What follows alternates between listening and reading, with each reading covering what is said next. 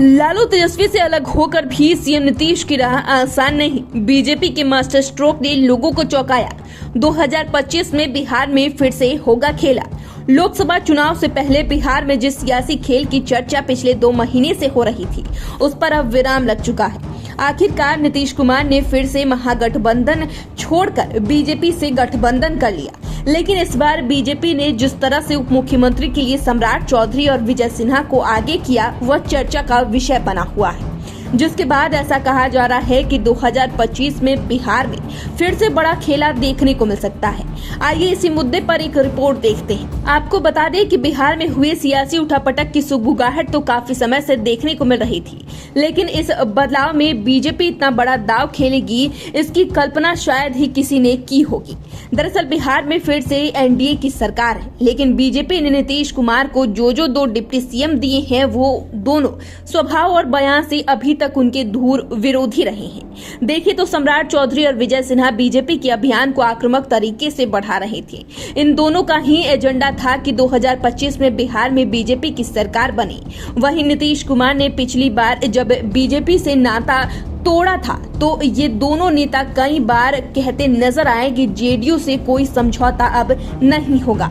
ऐसे में सम्राट चौधरी और विजय सिन्हा जैसे आक्रामक नेता को बीजेपी ने उप मुख्यमंत्री बनवाकर यह संकेत दे दिया है कि ये दोनों नेता सरकार में बीजेपी की बात जोरदार तरीके से उठाते नजर आ सकती है।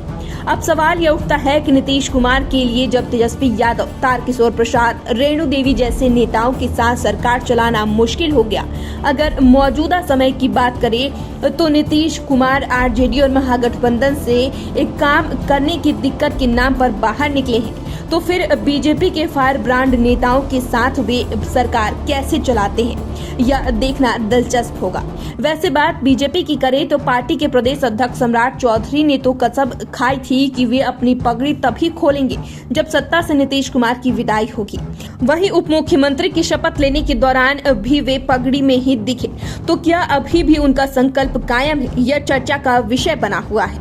हालांकि सम्राट चौधरी की मंशा चाहे जो भी हो, जिस तरह से बीजेपी ने उप मुख्यमंत्री पद के लिए इन बड़े चेहरों को जिम्मेदारी दी है, उससे ऐसे संकेत मिल रहे हैं कि बीजेपी ने भले ही इस बार मौके की नजाकत को समझते हुए नीतीश कुमार को सीएम बना दिया हो, लेकिन अब बीजेपी बैक फुट पर नहीं बल्कि फ्रंट फुट पर खेलते नजर आ सकती है। देखिए तो बीजेपी ने कुशवाहा और भूमियार नेता को डिप्टी सीएम बनाकर अपने कोर वोटर को कहीं न कहीं मैसेज दे दिया है कि इस बार एनडीए सरकार में नीतीश कुमार की एक तरफा व्यवस्था नहीं चलेगी।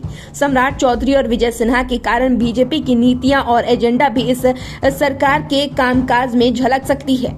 वहीं जिस तरह बीजेपी अभी से ही आक्रामक दिख रही है, ऐसे में 2025 में विधानसभा चुनाव जीतने की स्थिति में सीएम फेस भी बड़ा मुद्दा हो सकता है। यानी कि बिहार में हुए सियासी उलटफेर के बाद भी बीजेपी जिस तरह की तैयारी में दिख रही है, उसी वजह से राज्य में आने वाले समय में बड़े खेल की संभावना से इनकार नहीं किया जा सकता है।